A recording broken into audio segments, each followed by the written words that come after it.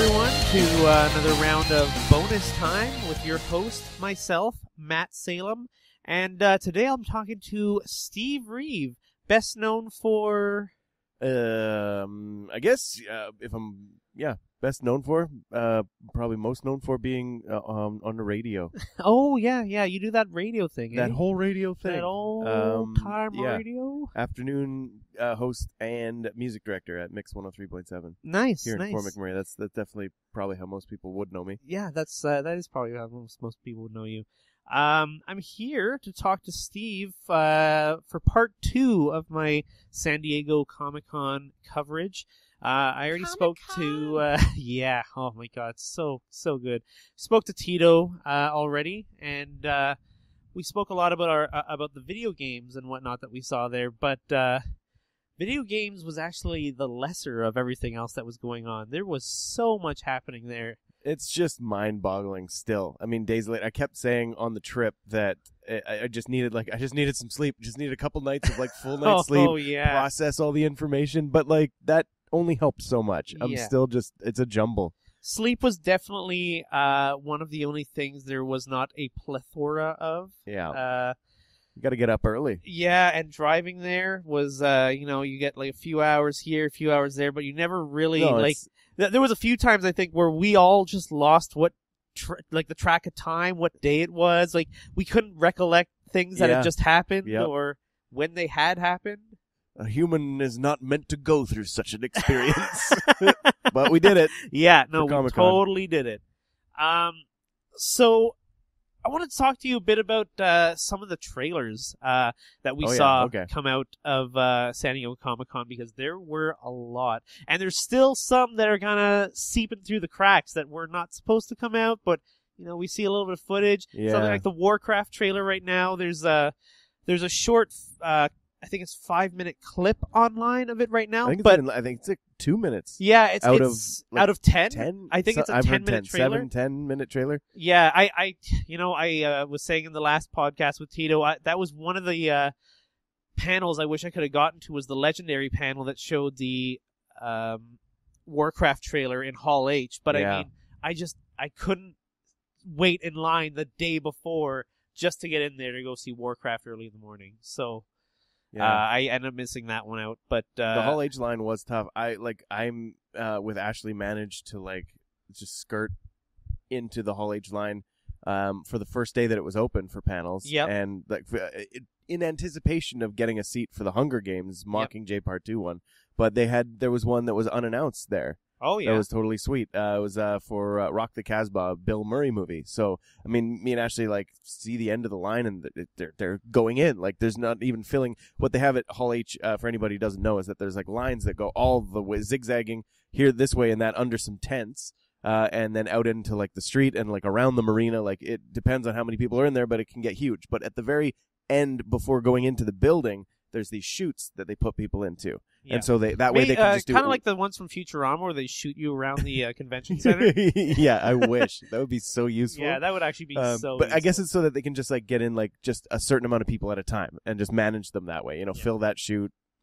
After it empties, go with the next chute, blah, blah, blah, blah, blah. So these are completely empty. So we can actually see the end of the line, nobody in the chutes. And we're like, that never happens, so we kind of jumped in there. And I think it's because they let a bunch of people in early. Yeah, and you can actually catch the end of one panel, and if you want to stay there for the next one, you could just sit there and wait for the next one to start. You kind of have to. Some people use it as a strategy. They could care less about the first ones in the day, but as long as they're in there, they've got their spot. I had a similar situation in the panel I went to for the video games, or how to get a good job in the video game industry. And that room was packed, but a lot of people were just there because Orphan Black was doing their panel next. Yeah. So which there's is a lot of people just on their DSs. It's funny. It definitely makes for. I think the system makes for less encounters, less people getting upset about not having a seat or missing things or being excluded from panels. But at the same time, there is an element of well, these fucking people don't care about this. Yeah, exactly. They care about the next thing. So, why are they taking up those seats? I don't know. I don't know. And they're always trying to get up to the front, and then the people who are really passionate about it have to sit at the back, and they can barely hear anything. But I mean, the rooms are really It's big. still- and I mean, they I mean, do, it's and still they do have awesome. large screens that you can see what's going on from the back, like all the way, at the front. So Yeah, no, it is really awesome. I don't want to say like come down on it. I love the panels there. yeah. So back to the trailers. Yeah, we're no, talking well, about yeah. Here. So the Warcraft trailer, that one still hasn't really come out yet, but I'm anticipating they're probably waiting for BlizzCon, which is next week. No, not next week, but next Soon. month. And they'll probably show those guys first, and then they'll give it to us. So aside from that, I mean, why don't we talk about one of the bigger ones, Batman versus Superman? Oh yeah. That was, Kevin Smith said it right. It was basically like a short film almost. It was It is. so and there's so much in there. so much So many content theories in there, right? Yeah. So much many to teases. speculate about. Totally. Like that and the Suicide Squad one, which is like Oh, definitely like yeah. a close second, and Oh, so yeah. and so connected. I mean, they're two movies next year that are in the same universe and are going to complement each other. So Yeah. like you almost have to take them both as a package deal. But in the Batman versus Superman one, I mean, there's a lot of people talking about how like it looks like they're going to the Middle East. There's that whole desert thing with Desert Batman and like the strike team that's got the Superman insignia on their arms and everything. Totally. So it seems like there's one major theory that I didn't even consider that's going around that maybe this is like a premonition. Like Oh. maybe this is why Wonder Woman comes into the picture, is that she has a premonition of what might be to come, and it's like Batman throwing down against Superman in this place wherever it is. Oh no, I'm waving my hands around. I got your Xbox going. That's so funny. Yeah, I'll Steph's ignore. kind of talking with his hands here I'll a little ignore. bit, and we're in front of my Xbox, and the That's really Kinect is funny. just going nuts Totally right just now. distracted me. There's some add-on that like I'm like, He actually what is just going on? entered YouTube and There started was a playing a pig with a video, wig. and I think maybe they're just rhyming in that. I don't know what's going on.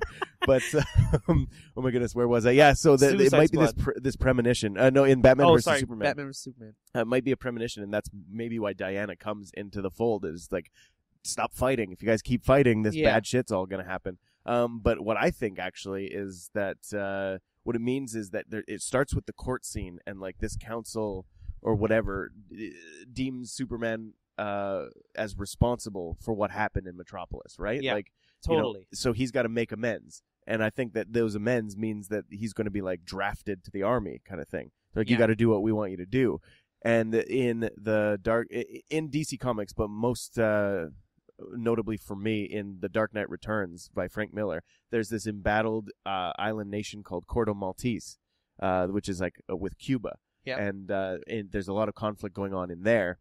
In that story, and there's a lot of things that are being drawn from in that story in Batman versus Superman, like a lot of similar visuals anyway. Yeah. So it seems like they're getting some inspiration from that. I think that Superman is kind of drafted to be the leader of this outfit and go and do something in Corto Maltese, but he's going to have like a crisis of conscience. He's going to like need to help the other side, essentially, according to like the U.S. Army, and he's going to realize that he wants to protect humanity. He wants to protect the world. He just doesn't want to protect one nation's interests, even if that is his home nation and that's where he operates from and Totally. loves. Right? He says at the end of Man of Steel, "I couldn't be, any more American. I grew up in Kansas." You know what I mean? Yeah. And there's that other shot that complements my theory where it shows Superman kind of reluctantly in front of a big crowd of people. They all look very Hispanic because Yeah. some of them even have that The makeup the on. makeup, Yeah. like the Dia de los Muertos, Yeah. like, November 1st kind of makeup on.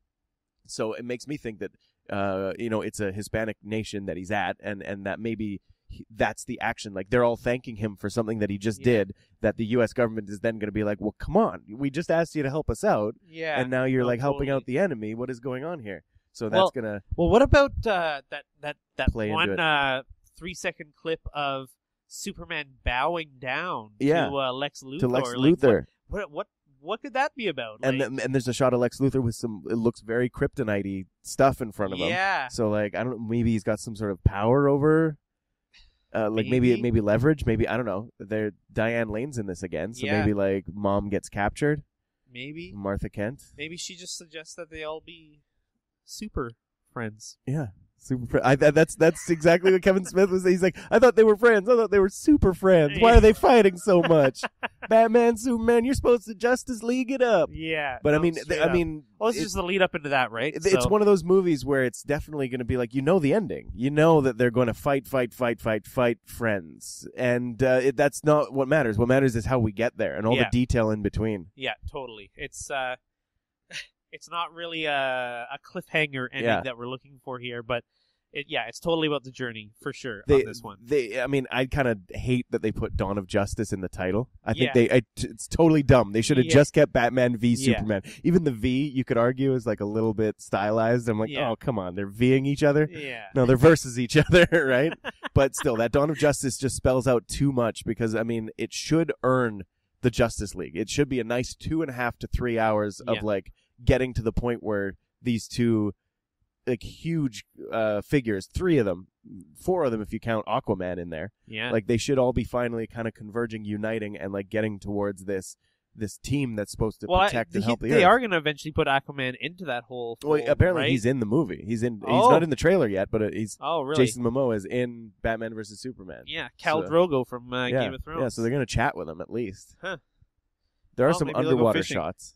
If you pay attention in the trailer, there's a couple of like, there's nothing. And there was also the Robin teaser there as well, eh? Yeah. Okay. Well, there's that theory too that maybe this Joker that we've seen in the Suicide Squad trailer and the weird ominous note that we see in the Batman vs Superman trailer that Bruce Wayne gets after the Wayne Tower falls down. It says, "You let your family die." I mean, that's obviously a reference to the Wayne family and Thomas and Martha Wayne. But it also could be a reference to, since we've seen the defaced Robin suit, that could be a Jason Todd reference, because the Joker supposedly kills Jason Todd. Because of comics, of course, Jason Todd comes back later. Yeah. It just has to happen. Anybody who dies is like, well, maybe not. Maybe you didn't know. Maybe something else happened, and this is that. Not? So that's what they do with Jason Todd in the comics. So I feel it's very possible that they do that in this story. And there's this big fan theory online that maybe this Joker is actually the second Joker that we see, that Jared Leto is Jason Todd. He's the former Robin that wore that suit. And there's that line in the Batman vs Superman trailer where it's like 20 years in Gotham. How many people, how many good guys are left? How many stayed that way? Which I thought might have been a reference to Harvey Dent. Yeah. Could be a reference to Jason Robin. Todd. Yeah. Yeah. Huh. I actually hadn't heard that one, that line in that trailer, but it's a pretty. So I mean, who knows until these movies come out? But because they're so exciting and speculatable. Like they're exactly. But I gotta say, like, out of those two, I really enjoyed the Suicide Squad one just a little bit more. I guess mainly because a lot of those shots were from Toronto, and like as I'm watching it, I'm like, oh, I know where this is. Yeah, and, center. The Eaton Center's the center, and I really liked the look that they gave all of these things. Like I know a lot of people are saying like, oh, Joker, he's got grills, whatever. But you know what? Whatever, man. Like if he does it well. Like if he, we'll wait to see what he does with that character, because you can't just hire a bunch of Heath Ledgers, right? You gotta... And not every performance is the same. I saw this interesting post that I think cosplayer Jared Noobsponer, I don't know if you've ever heard of him. His biggest famous cosplay is he's the World of Warcraft guy from South Park. Oh, he's the enemy with the nerd. Yeah, that the has chips no life. on his. So he'll cosplay with the desk and the like Alienware computer and everything. Oh, anyway, he's really funny. He posted an image that showed it was just like, in the cartoon, in the animated series, that's the only like the Joker that we've seen, right? And that's voiced by Mark Hamill, and like he like embodies the Joker from the comic book. Yeah. But then it's like Cesar Romero. He was a clown Joker. Then you had Jack Nicholson, and he was like a gangster Joker. Yeah. And then you've got the Heath Ledger. He was like the psychotic. Well, he was psychotic. He was more like anarchist Joker. And then you've got like what it appears to be, from what little we've seen of Jared Leto, it's like the psychopath Joker. Yeah. Like they're just very different portrayals of the same character. Like, and it's okay. You said, totally. It doesn't have to be Heath Ledger again. No, it doesn't. It's and okay. Like, just like the Batmans, like it's all been played by different people. You can't compare Adam West's performance to, what's the new Christian Bale. Yeah, Christian Bale. Batfleck. Yeah, or Batfleck for that matter. So, Yeah, two of the biggest ones that came out of there: Batman versus Superman, But and Suicide Squad. A lot of as love well. is going to a lot of these like cinematic trailers, but like we saw a lot of TV show trailers too and previews. Oh yeah, while yeah. we were There's there. a lot of TV show trailers, and my favorite one, I guess I would say, was the Ash versus the Evil Dead one that we Yeah. saw. Like that, On just Stars. oh my god, and Lucy Lawless is in Yeah. there, and It really. I mean, you got the same names attached to it, yeah, and made for TV, so a little bit more like digestible bites. totally. It's like it's the same thing that you love, just in a it's like in fun size wrapping. Yeah, yeah. Like, no, I can't wait. exactly. It that one, I guess engaged me the most because I already kind of knew these characters, and like you wanted to see what he was like now, and he totally plays it like he would now. Yeah. Like he plays it like an older guy, right? And they bring a lot of attention to it. And I mean, I'm feeling a little taste of like Bubba Hotep in there, but like he even says, he's just like, you're gonna have to do this job because my heart's jackhammering like faster than a jackrabbit. Or something like that. Like, no, he's just, totally. like, totally pays, like it's meta in that the character is self aware of how old he is. He's not the same like 20-something from the movie. No, exactly. Years But he's later. he's still missing his hand. Yeah. And all that jazz. Like it's not like a what was that movie that he did? I Am Bruce. It's not like that. Yeah. I mean, I actually really like that movie, but it's not that. It's not just he's an actor now and Yeah. he's forgotten about. Like this is actually what happened to that character. Yeah. From that movie after the movie. Yeah. So plus some new faces too. and a lot of new faces like Lucy Lawless, I was saying, which is awesome because You she is put her one of in the most everything. kick-ass ladies in Hollywood, in my opinion. Put her in every single thing, and I'll be like happy. straight up put her in everything. I'll watch it. I don't care. Um, But what else? What else did we see? Okay, well, there was another big one that we saw that was they did big promotion out in the Gaslamp district just outside the convention center is Heroes Reborn That's true. over on NBC. There was a huge display of that outside. Well, of and the what they were convention center. doing, I didn't get a chance to because there was lines and it's just hot outside. Oh, it's so hot. It's so hot. It was like 40. So you're just like, I just want to get to either like an air conditioned restaurant or the air conditioned like floor or one of the hotels. Like Air conditioned rooms are so sought after I know. at the at San Diego Comic Con that you but wouldn't believe. I guess inside this Heroes Reborn thing, they what they were doing is you could There's like fire. get an inside. app or we're just roasting everybody. That people would go in and they wouldn't come out. What are they doing? No, I guess it was like a taste of like giving yourself powers. Like you'd like tape a little thing and you'd like they'd put digital effects on you. Yep. And you could choose your superpower or you'd get a random one assigned. I don't even know, but like I saw a bunch of clips of this and I guess anybody can correct me if I get this totally wrong, but I guess what they're doing is you download the app and then with the app you can get your video from them. Oh, And so nice. you can share on social media and stuff, like your video of you with superpowers. There was a lot of that kind of social media marketing stuff that they were doing there. I know Ant-Man did one where you could go and put on the Ant-Man helmet and it would record you doing that, and then suddenly you were Ant-Man in one of the trailers for the movie, and it looked pretty cool, but the lineup, again, for most things, was just covering so up ridiculous. Paul Rudd's face? I know, Why? right? Why I would know. you do? Why would I just want Paul Rudd's face and everything? Just so adorable. But yeah, there was a lot of that kind of stuff going on. A lot of viral marketing, social media stuff going on there. Yeah, that's for sure. Another one of the big shows that was being shown off, and I don't know did you end up seeing The Walking Dead?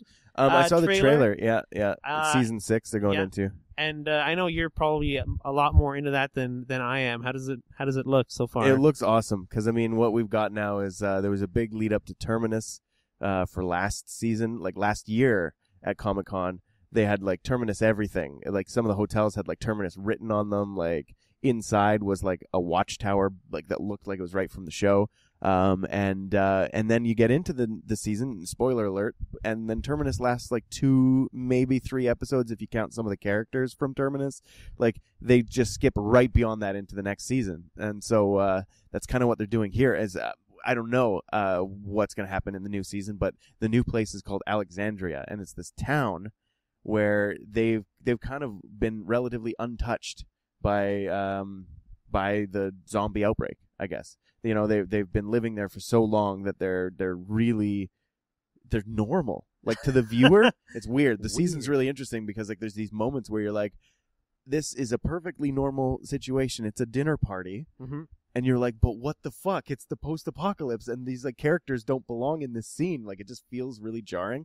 And so then of course, at the end of a season, all shit, breaks loose, and that's where it left off. So that's why they had in Comic-Con they had set up like a scene where like a very prominent character dies, and you can walk through that whole scene and like go through the experience except for the death part. Yeah. So that was on the floor, and like weird. there was some zombies all over the grounds. They had the Walking Dead run experience. Oh through Petco yeah, Park yeah. There again. was a bunch of these zombies from The Walking Dead, kind of like scattered around inside and outside of their booth, and everyone was stopping to take pictures with these guys because they were really good. They're like good.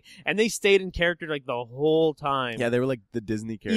Even when kids, were looking up or trying to get like pictures with these zombies that were terrifying, like they would not break character. Like they would like maybe kneel down, but still like and like trying to like snap at them and shit. And it was really, really well done by their booth, I would say. For sure. Punch not lest ye be punched. Yeah. The rules as always. Yeah, exactly. There was a couple of other shows too. What was there? Yeah, so Heroes Reborn, they unveiled like a new trailer. Yeah. They didn't really put a trailer out yet, but one thing that I saw that was really cool is I went to a panel for Minority Report, which is going to be a show coming out in fall. Oh yeah, and you were saying this looks pretty good. Yeah, and as I'm a fan of the movie, I am too. I think Minority Report is a pretty good movie. 2005 or something like that. Yeah. Like we're years away now, and so I'd always like kind of pictured, what would this story be continuing on? Like it's one of those movies where you just want more of it, and I never thought of continuing it in the way that the show is going to, because the show follows.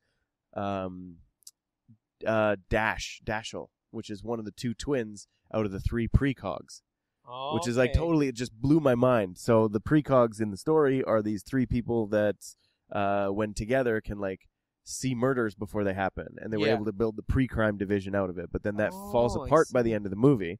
And so the last shot, in fact, of the film is of the three precogs in like a cottage reading books and living a somewhat normal life. And they're like away from society because society will probably exploit them. Yep. And because, there's all those like technology like identification scanners in the movie and stuff. Like you can't go anywhere without being noticed in this world. Literally, like you're surveilled all the time. So and didn't you say there were some big names that were that you saw there at this panel? Yeah, totally. As I'm watching, they gave us the first 20 minutes of the show. Yep. So I guess half of an episode approximately. Watching, all of a sudden Wilmer Valderrama shows up. Oh, Fez nice. from that 70s show. And then, of course, they bring him out along with everybody. So it's like a serious role for him? Yeah, it's semi-serious. I mean, or is he like the comic relief? He provides a little comedy relief, but he also he's a foil to one of the main characters. So the two main characters are actually, one of them's a precog and then one of them's a cop. And so this cop seems to have had a prior relationship with Wilmer Valderrama's character, but Wilmer Valderrama's character, I guess to say that 5 times fast, has been promoted beyond her. So he gets they get this foil relationship where like he gets to like kind of get the tips from her who like deserved the promotion, and then go and execute them and get all the like credit and everything, and she gets to like do her own thing, right? Like while he's away collecting on what she did the work for, she's meanwhile getting to know this precog and like realizing who he is, because he's still getting visions. He's still like getting premonitions of people's death, and he wants to stop it. So instead of like this whole pre-crime division, he's just on this noble quest to stop these murders from happening. Yeah, see, I haven't checked this trailer out yet. I guess like it must be online by now. I would hope they've got something, because I guess episodes are out in September. But, okay. But I'm just not sure. It's very polished. It looks really good, and there's a lot of attention to detail in there. Yeah, one of the trailers actually that hasn't been leaked fully yet, surprisingly, is the Deadpool. Yeah, that and the trailer. X-Men Apocalypse trailer. Oh, and the X-Men Apocalypse trailer. Very true, because I mean, one of the ones I would have loved to have seen was Deadpool. I would have loved to have seen that trailer. Yeah. But like we've said a few times already, the lineups for some of these things were insane. Yeah. And getting into there was no different. There is a video by someone's phone that's out there of the Deadpool I've only one. seen, there's like a clip of Colossus in particular from the Deadpool. I've seen that clip, but it's terrible quality. Yeah, it's very bad quality, and it's not something like I'd really rather wait for nice high def copy and watch it myself. without spoiling it with this low res Yeah. stuff. Like it just, I don't know. It'll just give me that experience that they would have gotten in the theater. Totally. But I was gonna say it wasn't exactly like TV trailers or movie trailers, but we got to see a big preview of the next year for Geek and Sundry with Legendary Digital. Because like a lot of the same shows are returning with new content, and a lot of new shows are starting up. Yeah, there is a lot of stuff coming out of those out of the Geek and Sundry panel, and what an inspirational panel. Actually, like you hit it right on the head. It was probably the most inspirational panel that I saw. Will Wheaton is just the guardian of nerds. Yeah, honestly, I love that guy. He really is. He's like I love that guy too. I mean, love that guy's beard. Like he just seems like such a cool guy. Like he's just super passionate about what he does. Yeah. Ever since I saw that panel, I've been back home watching a lot of their Geek and Sundry, like tabletop, some of the Twitch shows, Co-optitude, that kind of stuff, and it's all quality stuff. And there's no wonder that it has the likes that it does. It's like some of them have 1 million likes, and it's a really good show, and it's I would totally recommend those shows to you. Well, I mean, especially for the type of people that would be that you're probably listening to this podcast right now, because like I mean, you and me, we're totally into video games, we're totally into voice acting, and that's like this Geek and Sundry is like the fusion of those two things. Yeah, no, totally, and like they announced a few more shows that are coming down the line for them. They've really made it now that they're with Legendary. I mean, not that they hadn't made it before, totally, because they were leading on the internet in the way of like bringing content to the people. Yeah, but they just traded out the jalopy and got a brand new vehicle. Yeah, exactly. And like some people would say, oh, they've sold out. It's like, no, you know what? They climbed the ladder. Yeah, they didn't just jump in there and they were offered this money. They climbed the ladder to where they are now. And with the people that were on that panel, what they said was that Legendary, like they've changed a few things, they've tweaked a few things. A lot of what they've changed, they feel is absolutely for the better. Yep. But they said that they've got still so much creative control over the content, because apparently, and I believe them for saying this, it doesn't feel like they're trying to convince themselves just as much as us. That I think Legendary Digital is really, they recognize the talent for what it was before they bought them. Yeah, and they're not going to say like, people like this, we're going to buy it and then we're going to make it ours. No. Then you're going to change it, and if it's not broken, don't fix it. Exactly, and I mean, some of those people that were up there, not including Will Wheaton or Felicia Day herself, but I'm trying to remember who it was that said it, but they were saying, we were just like you, like only a few years ago. Like we Hector, were in the I think, audience. was yeah, saying it was that. Hector. He's like, I used to come to these things and watch these panels, and now I'm sitting up here, and he's like, we're gonna help you guys get up here too. And Jessica Marzipan got real too. She was she was so real last year, and it's funny because she didn't say the words, but I totally heard in the subtext, "Heroes of cosplay." Yeah, like she's totally. like, I used to work for BioWare. I used to do this whole circuit thing, and it was like the lowest year of my entire goddamn life. Yeah. But then I joined up with Geek and Sundry on a full-time thing, and just started doing my own thing and having fun and enjoying the work that I was doing. And all of a sudden, now it's like the best year of her life ever, doing a panel in the Indigo Ballroom. Exactly, and the room was packed. Totally. I know you were actually trying to get up there and ask a question too. I saw, me. I was sitting there with Tito, and Steve and Ashley said, "Oh, we're gonna come by," and we got in there pretty early. Yeah, you guys did get in there pretty early, but I was wondering where Steve was, and then I'm looking up at the big jumbotron they have at the front showing everything, and there's Steve in the back like waiting to ask a question, but they never got to that question, did they? Before they closed it off, they capped it because that's what she said. End of the end of the panel, which I was bummed about, because I had the whole question that I was going to ask that it was a legitimate question I thought would give some funny answers and be entertaining more than anything. But also would be a shameless plug for Drunk Boss Fights coming out. There's nothing wrong with that. I don't think there's anything wrong with that at all. But they said they were there to help us. I know. Well, and it's kind of in their wheelhouse, I think. The Drunk Boss Fights, because what we've got going on, and we're going to be putting out the season as soon as we filmed all the episodes, which we're in the midst of right coming. now. Is an online challenge show that we're going to put on YouTube. That is kind of the fusion of Drunk History and Drunk Kitchen. Like My Drunk Kitchen, I think is the name of the channel, and Hot Pepper Gaming. Hot Pepper Gaming, yeah, thank you. Because what you have to do is you have to defeat a boss challenge that you would normally be able to do within an hour. Not within like a super small time amount, but like an hour would be enough time for sure to finish it. Yep. But you have to be totally loaded. Totally. So what I was going to ask them specifically was, out of all the people that on the panel who do drink, because I imagine there's some that don't. What would be like your boss fight battle that you would want to like try while completely loaded, exactly, kind of thing, and how do you think that might go? So yeah, didn't get a chance to promote that in front of Geek and Sundry and Extra Sundry, I guess. Yeah, totally. All the Extra panel Sundry. goers. But yeah, no. Overall, I mean that I honestly feel that panel is what is driving me to do this right now. Yeah. One of the things that they were really pushing at that panel was don't be afraid to fail. Yeah. And just do it. You know do what? it every day. That was a big thing for me coming into. Yeah, just do it. You can't see the hand movements, so I don't know why I'm doing them, but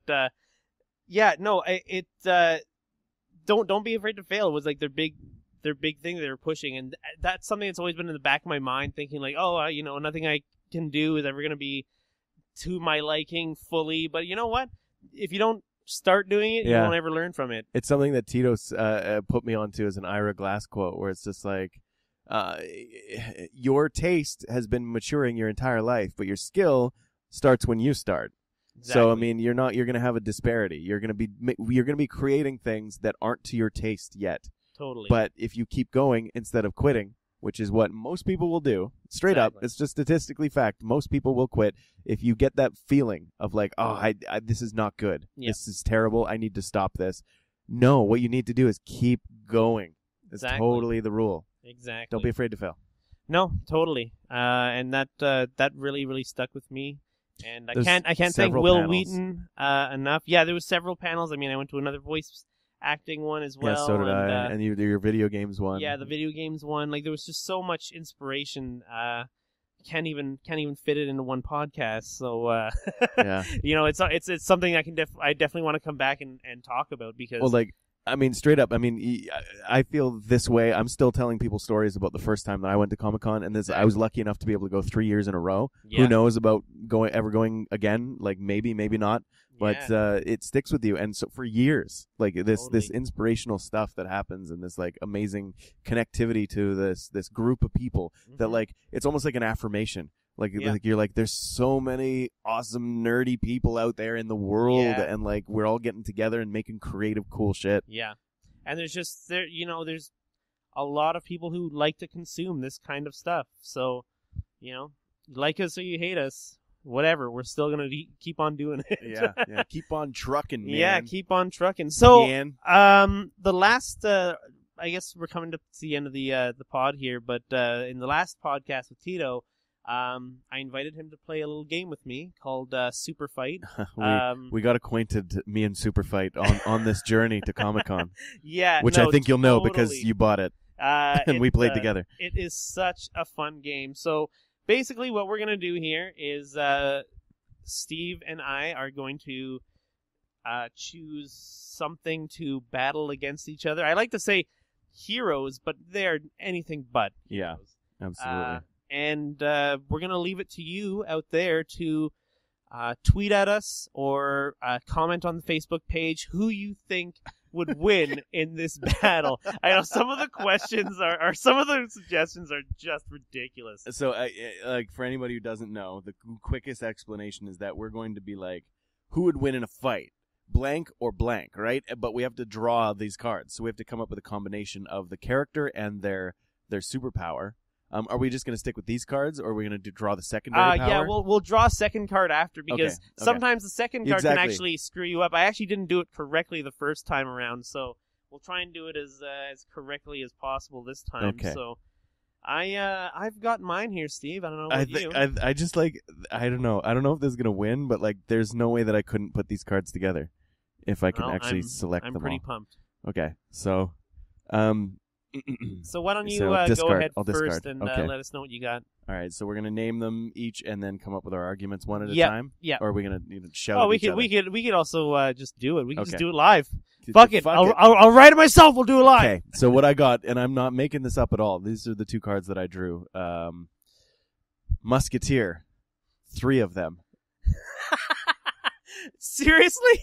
It's 3 of them? Wow. Musketeer, 3 of them. That the is- team. I mean, there's no D'Artagnan. I mean, but you got the team. that's wow. That is a pretty good draw. Yeah. But even 3 Musketeers will have no bearing upon a polar bear that can fly. Yeah. That's. I mean, I gotta say I gotta argue though they'd have a three back to back formation. Yeah. So they could guard all directions, even That's above true. them at the same time. So I mean, But I mean, the 3 Musketeers, like They they could put carry up a around those fight. rapiers, right? So I mean, what's that really going to do to it's a, not just a rapiers. polar bear? Not just 'Cause this is- like that's their iconic weaponry, is but no- they have other weaponry. This is no common polar bear. I will let you know. This is one of those like armored polar bears. Oh, from, it's armored now. From well, I'm imagining it's the polar bear from the Golden Compass. You know those ones that like they have like their own civilization and they Oh, can yeah. talk for some reason. Oh yeah, okay. But somehow Well, the he 3 can fly. Musketeers were armored as well. I don't know if you knew that, but they had access to all manner of All right. Well, let's of see. armor. Let's see what our what our next card is here. I'll Okay. take a look at mine here. So, I have a polar bear that can fly and throw knives. And throw knives. Well, Yeah. interesting. My Musketeers, 3 of them, are unaffected by impact. Even the impact of your swipey claws. Oh my god! Oh, that really strengthens them, I that gotta really say. that really changes. It really evens out the playing field a lot there. I think. By even the throwing knives. I mean, the impact of the knives wouldn't affect them. Yeah, I mean, guess. there'd only be You could piercing poison damage. them. Piercing damage would be the only way you'd have to Yeah. go against them. So, anyways, those are our cards. Let us know. Tweet at me at it's Matt lol. That is again at it's Matt lol. Or comment on our Facebook page. Use the hashtag bonus time and let us know what you think. And you can win yourself some exclusive Comic-Con swag. If you want to talk to the winner on Twitter, then you can get at Steve_Reeve. That's where I'll be at. All right. Well, I guess that's it for today. I want to thank you again, Steve, for coming on the show and talking to me about Comic-Con. I mean, I know So much Comic-Con. we've had so many people asking us since we got back, like, oh, how's it been? How's it going? How's it going? And you know what? to the podcast. Yeah, let's just listen to this so we don't have to say it again. So, thanks again for coming out. I'm Matt, and again, thank you again, Steve Reeve, for coming out. Thank you.